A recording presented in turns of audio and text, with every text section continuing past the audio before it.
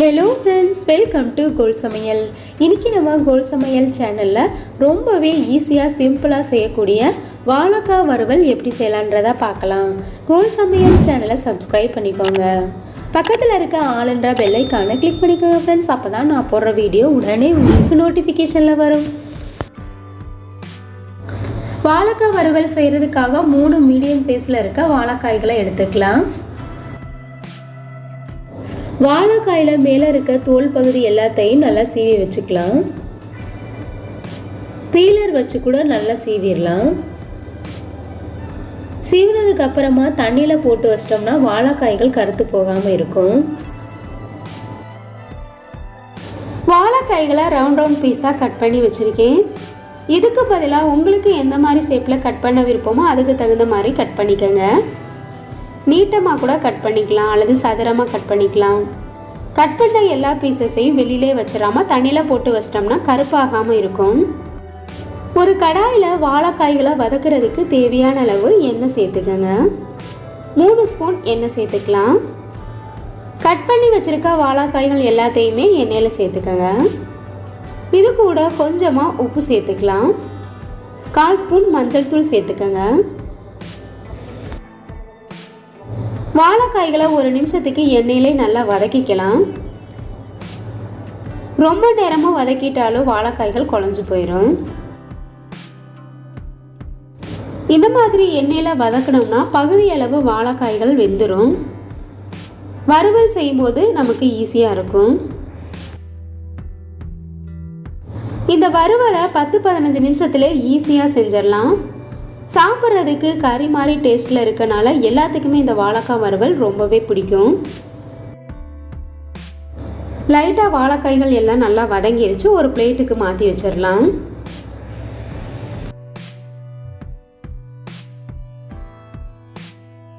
வதக்கினதுக்கு அப்புறமா மீதமாக எண்ணெய் இருக்கு பாருங்க. அதனால் அதே கடாயில் வறுவலையும் செஞ்சுக்கலாம். 1 ஸ்பூன் கடுகு பருப்பு சேர்த்துக்கலாம். உங்களுக்கு எண்ணெய் தேவைப்பட்டதுன்னா 2 ஸ்பூன் எண்ணெய் சேர்த்துக்கங்க. சோம்பு 1 ஸ்பூன் சேர்த்துக்கங்க. பூண்டுப்பல் 4-5 இந்த மாதிரி தட்டி வச்சுருக்கேன். அதை எண்ணெயில் சேர்த்துடலாம். வாழைக்காய் வறுவலுக்கு நான் பூண்டு கொஞ்சம் அதிகமாகவே சேர்த்துருக்கேன். பூண்டோட ஃப்ளேவர் உங்களுக்கு பிடிச்சிருந்ததுன்னா அதிகமாக சேர்த்துக்கங்க. அப்படி இல்லைன்னா கம்மியாக கூட சேர்த்துக்கங்க. லைட்டாக வதக்கி விட்டுக்கங்க. இது கூட பெரிய வெங்காயம் 1 கைப்பிடி அளவு கட் பண்ணி வச்சுருக்கேன். அதையும் சேர்த்துக்கலாம். நம்ம சேர்த்துருக்க வெங்காயம் பூண்டு லைட்டாக வதங்கினா போதும், ரொம்ப வதக்கிட வேணாம். அதுக்கப்புறமா நம்ம காய் சேர்த்து வதக்கும் போது சரியாக வந்துடும். இது கூட ஒரு பழமான தக்காளி பழத்தை பொடிசாக கட் பண்ணி வச்சுருக்கேன். அதையும் சேர்த்துக்கலாம். சின்ன சைஸில் இருக்க தக்காளி பழம் தான் சேர்த்துருக்கேன். கொஞ்சமாக உப்பு சேர்த்துக்கலாம். மல்லித்தூள் 1 ஸ்பூன் சேர்த்துக்கங்க. மிளகாய்த்தூள் 1 ஸ்பூன், கரம் மசாலா 1/2 ஸ்பூன் சேர்த்துக்கங்க.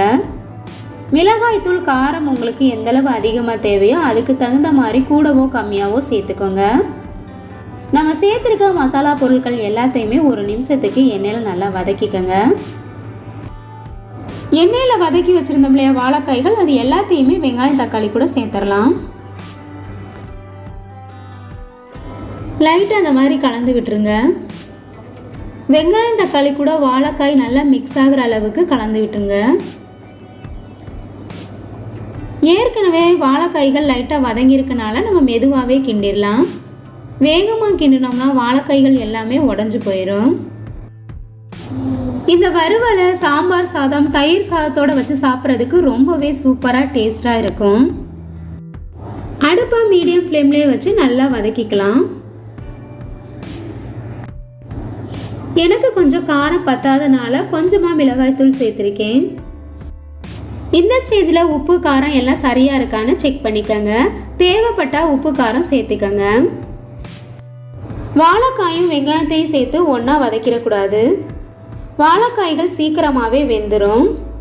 இப்போ எப்படி நம்ம தனித்தனியாக வதக்கி செய்கிறோமோ அதே போல் செஞ்சோம்னா கடைசி வரைக்குமே வெங்காயம் கரிஞ்சிடாமல் அப்படியே இருக்கும். இப்போ நமக்கு சூப்பரான வாழைக்காய் வறுவல் ரெடி ஆயிருச்சு. இந்த வீடியோ உங்களுக்கு பிடிச்சிருந்தா கோல்சமையல் சேனலை சப்ஸ்கிரைப் பண்ணிக்கோங்க. லைக் பண்ணுங்கள், கமெண்ட் பண்ணுங்கள், ஷேர் பண்ணுங்கள்.